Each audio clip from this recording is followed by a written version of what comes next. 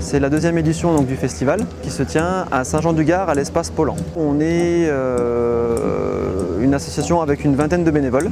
Le but premier, c'est d'arriver à valoriser en fait, le didgeridoo. Et c'est vrai qu'en France, en fait, il y a déjà pas mal d'événements, mais pas forcément axés que sur cet instrument.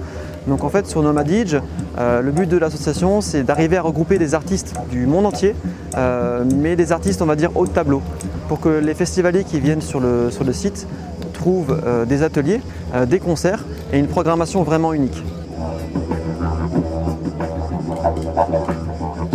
C'est vraiment un festival qui est, on peut dire, international, puisque là, par exemple, au niveau de la programmation, on a William Torren qui vient des USA, on a également Thiago Francisquinho qui vient du Portugal, et après, c'est un petit peu, on va dire, les pays limitrophes ou la France. À savoir qu'en France, il y a une communauté assez forte de joueurs de didgeridoo, dont des joueurs professionnels. Et à Nomadidge, les artistes soutiennent l'association et le festival en jouant bénévolement pour les concerts.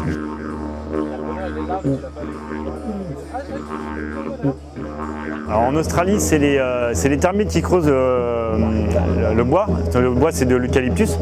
Les termites mangent l'intérieur, elles mangent que la partie dure, le cœur. Et en creusant comme ça peut permet d'évider tout l'intérieur de la colonne du bois. Et les aborigènes, en se promenant dans le bush, en frappant sur la branche, ils arrivent à savoir si elle est creuse ou pas. Si elle est suffisamment creuse, ils coupent. Ils évitent, ils enlèvent toute la sueur qui est dedans, avec les copeaux faits par les termites. Ils enlèvent le bois à l'extérieur un peu pour pouvoir alléger l'instrument, pour arriver à la forme qu'ils ont envie. Et l'instrument, il est fait comme ça. Moi, en ce qui me concerne, je travaille au tour à bois. Ça permet d'avoir des instruments bien cylindriques comme ça. Alors c'est un instrument à vent de la famille des trompes. Donc ça veut dire que c'est les lèvres qui vont générer la vibration. Au bout, c'est juste une simple embouchure, type comme un cuivre, quoi. Et à partir de là,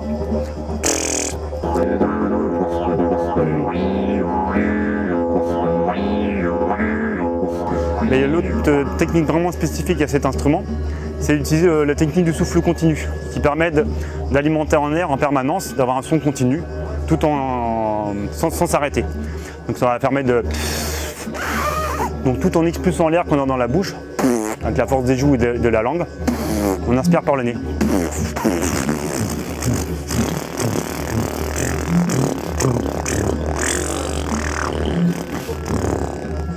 Voilà.